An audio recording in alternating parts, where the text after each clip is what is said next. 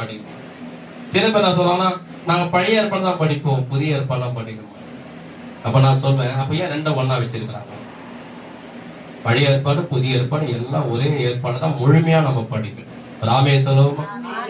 பழைய ஏற்பாடுல படிச்சு முடிச்சுட்டா புதிய ஏற்பாடுல இருக்குது புரியாது, புதிய ஏற்பாடுல இருக்குது படிச்சு முடிச்சுட்டா பழைய ஏற்பாடுல புரியாது. சொல்ல எப்படி பண்ணா, பேண்ட்டை மட்டும் நான் மாட்டிக்கினேன்னா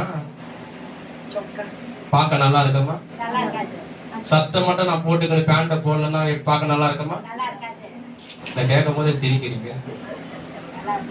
ரெண்டுத்தையும் போட்ட பிற்பாடுதான் பார்க்க எப்படி இருக்குது, அது ஒழுங்கா இருக்கும். அது போலதான் பழைய ஏற்பாடு படிக்கணும், புதிய ஏற்பாடு படிக்கணும். ரெண்டுத்தையும் படிச்சாதான் தேவனுடைய அர்த்தம் நமக்கு தெளிவா புரியும். ஒரு ஆமே சொல்லுவோமா? அப்ப பழைய ஏற்பாடு நம்ம பார்க்கும் போது தேவன் என்ன செய்தா, இப்ப புதிய ஏற்பாடுல ஏசப்பா என்ன செய்தா, ரெண்டு பேருடைய கிரியை நம்ம பார்க்க போறோம். பேசப்பட சொல்றாரு, ஒரு உதாரணம் சொல்றாரு. சரி, என்ன நீ கடவுள் நம்பல, தேவனுடைய குமார் நம்பல, சரி பழைய ஏற்பாடுல தேவன் என்ன செய்தார் அப்படின்னு நம்ம முதலாவது நம்ம கவனிங்க. நிமிந்து உட்காருங்க, முகத்தை நீங்களும் கவனிங்க. பழைய ஏற்பாடுல தேவன் என்ன பண்ணார், ஆதாம் ஏவலை உருவாக்கி என்ன சொன்னாரு, அவர் முதல்ல ஆதாம் ஏவலை இருவரையும் மண்ணினால உருவாக்கி அவர் தான் உருவாக்கி இல்லையா? அந்த இடம் பழைய ஏற்பாடுல பார்க்கும் போது ஏசப்பா இருப்பாரு, ஆனா வெளியேகமா இருக்க மாட்டார், எல்லாமே தேவன் தான் செய்வார். புதிய ஏற்பாடுல வரும்போது ஏசப்பாவுடைய வாழ்க்கை வரும், அவர் செய்கிற கிரிகள் வரும். ஆனா அதே வார்த்தை பார்த்தீங்கன்னா மண்ணினாலே தேவன் என்ன பண்ணாரு, ஆதாம் ஏவலை உருவாக்கி. ஆமாவா இல்லையா? சொல்லுவோமே.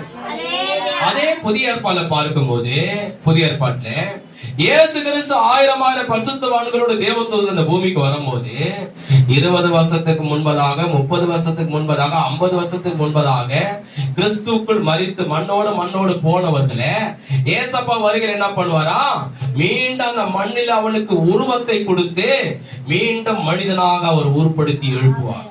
ராமே சொல்லுமா? பழைய ஏற்பாடுல பார்க்கும் போது தேவன் என்ன பண்ணாரு, ஆதாம் ஏவாளுக்கும் ஒரு அழகான ஏதேன் தோட்டத்தை உண்டாக்கினார். என்ன உண்டாக்கினார்? அவன் சாப்பிடணும், நல்லா வாழ. புதிய ஏற்பாடுல ஏசப்பா என்ன சொன்னாரு, நான் உங்களுக்கு பரலோகத்துக்கு போகிறேன். கவனிக்க, ரெண்டு பேருக்குள்ள வித்தியாசம். தேவன் செய்கிற கிரிக்கும் புதிய ஏற்பாடுல ஏசப்பா செய்கிறீங்க.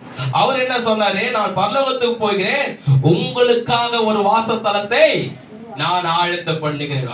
வாசஸ்தலம்னா நீ பரலோகத்து வந்தா உனக்கு ஒரு அழகான வீட்டை, தங்க வீட்டை நான் உருவாக்கி வைக்கிறேன். ராமே சொல்லுவோமா? அதே இன்னும் கொஞ்சம் ஆழமா போனோம்னா, இன்னும் கொஞ்சம் தள்ளி தேவன் என்ன பண்ணாரு, பூமி முழுதும் ஒரு ஜலம் வந்தது. ஆதிகாமம் 7ஆம் அதிகாரத்தில் அந்த ஜலத்தினால உலகமே அழிஞ்சிச்சு. தேவனுடைய நியாயத்திற்கு